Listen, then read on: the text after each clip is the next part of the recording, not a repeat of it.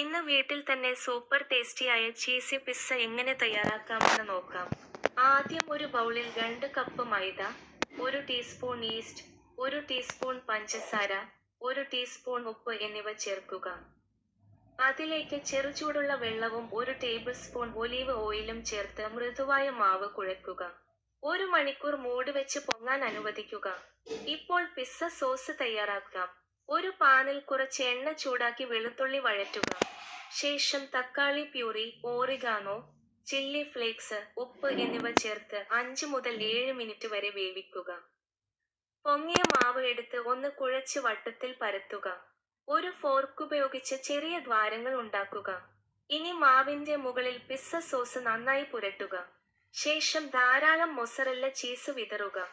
അതിനു മുകളിൽ കാപ്സിക്കം, സവാള, തക്കാളി, ബ്ലാക്ക് ഒലീവ്, സ്വീറ്റ് കോൺ എന്നിവ നിങ്ങൾക്ക് ഇഷ്ടമുള്ള പോലെ ചേർക്കാം.